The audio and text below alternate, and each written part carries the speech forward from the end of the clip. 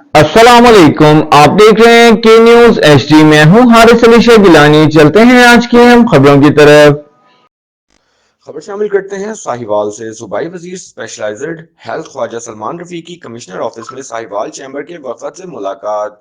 सदर और मानूफ सनतकार शेख अजमत सलीम के वफद की क़यादत कर रहे थे, जबकि इस मौका पर महकमा स्पेशलाइज्ड हेल्थ के सूबाई सेक्रेटरी अजमत महमूद, कमिश्नर साहिवाल शुएब इकबाल सैयद और साहिवाल चैम्बर के साबिक सदर शेख बशारत नदीम भी मौजूद थे।